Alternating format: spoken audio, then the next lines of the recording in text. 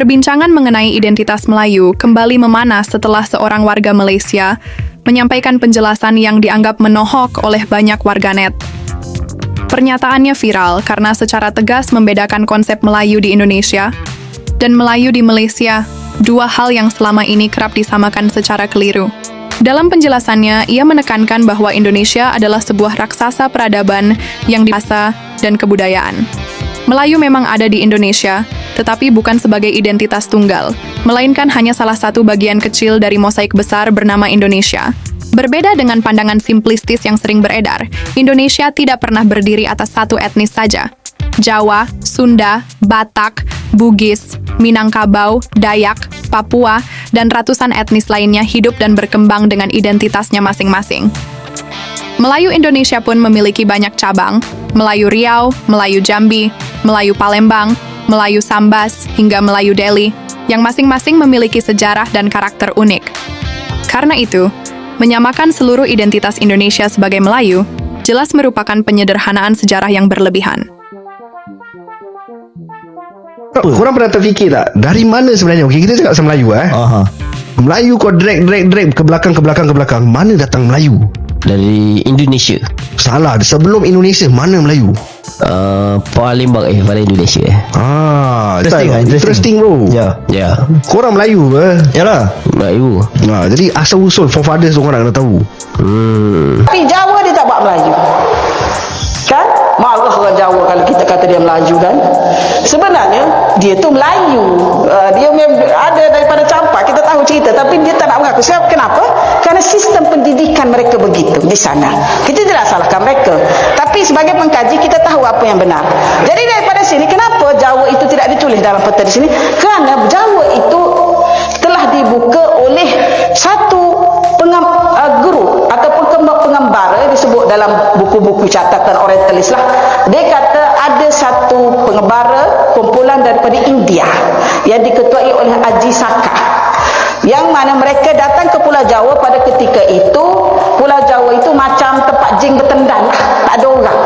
Jadi sebab tu kita dapati di Pulau Jawa itu, ya, pada awalnya adalah beragama Hindu. Tak boleh terima istilah tanah Melayu atau kalau kita sebut mereka sebagai bangsa Melayu. Tapi pemahaman kita tentang Melayu itu sendiri berbeza sebenarnya. Kalau kita tengok perlembagaan kita perkara 160/2, kalau saya tak silap, tolong betulkan ya. Maksud Melayu ialah mereka yang berbahasa Melayu, beragama Islam dan mengamalkan istiadat Melayu. Yang ni ramai confuse sebab ada orang cakap Melayu tak semestinya Islam. Tak. Once dia keluar Islam, ikut perlembagaan, dia bukan dikategorikan sebagai Melayu. Sementara kat Indonesia, Melayu merujuk kepada tribe atau kaum. Dia macam contoh Iban atau Kadazan Dusun. Kita pun, kalau kita cakap orang Iban tu orang Melayu, diorang belum tentu diorang nak terima. Sebab diorang rasa bahasa tak sama, budaya lain, pakaian pun lain. Indonesia ni pula, kaum dia lebih 1,300. Bahasa dalam 800 dan dialek ada 700. Majoritinya Jawa lah dalam 40%. So diorang ni, bila kita cakap diorang ni termasuk orang Melayu, diorang tak nak lah. Sebab yelah, bahasa lain, makanan pun tak sama. So bagi saya, ini hanya lebih kepada pemahaman tentang maksud Melayu itu saja. Bagi kita, Melayu merujuk kepada bangsa, sedangkan bagi diorang, Melayu itu adalah etnik.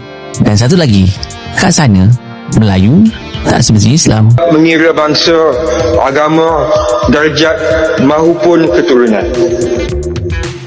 We are truly a colorblind state when it comes to helping the people of bangsa Johor.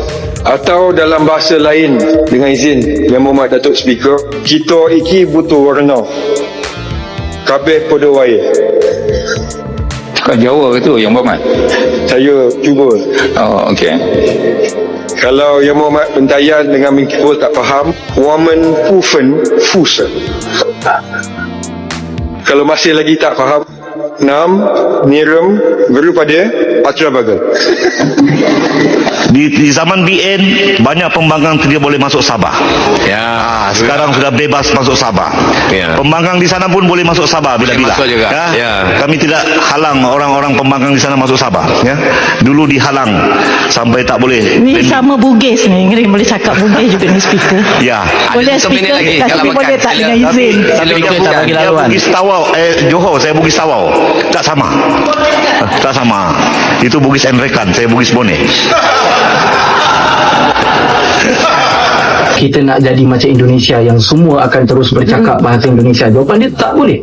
Kita tak akan boleh buat rakyat kita semua ni bercakap bahasa Melayu. Saya cakap memang tak boleh.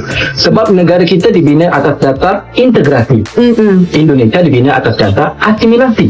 Bermakna siapa yang bukan orang Indonesia, tu kan, yang tak boleh bercakap bahasa Indonesia, mereka dipaksa. Sebab itu kalau kita lihat muka Jawa tapi nama Cina. Nama Cina. Tapi kalau kita di Malaysia integrasi, kamu boleh terus amalkan apa fahaman kamu, kamu boleh terus bercakap dalam bahasa kamu.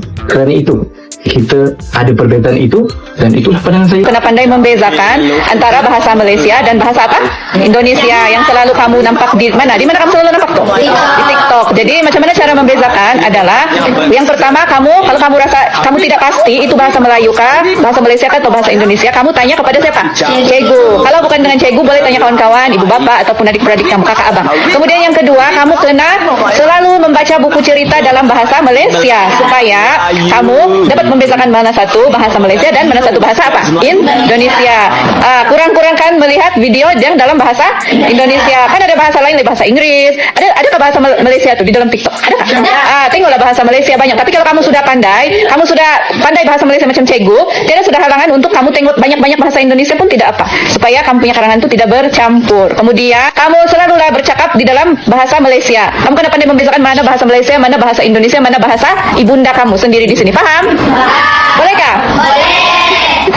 Ini kita kena jelas ya. Walaupun kalian mengatakan akar bahasa Indonesia adalah bahasa Melayu, namun slang dan perkataan serta ayat mereka sangat berbeza dengan bahasa Melayu versi Malaysia. Kalau tanya saya lah kan, bahasa Melayu versi Indonesia lebih layak. Sebab apa? Sebab bukankah pemimpin dan rakyat Malaysia sendiri terhegeh-hegeh menggunakan bahasa Melayu versi Indonesia? Bukankah sudah ada sebenarnya banyak saja perkataan Melayu Indonesia yang sudah dijadikan sebagai bahasa Melayu kita, dah sampai masuk dalam kamus kita lagi tu. Anda pun tahu kan perkataan-perkataan tersebut. Saya tak nak sebut. Saya dah belajar tau drakor, drama Korea. Gercep apa? Itu gerak cepat. Macam tu. Warkop, warung kopi. Ya, betul tak? Betul tak?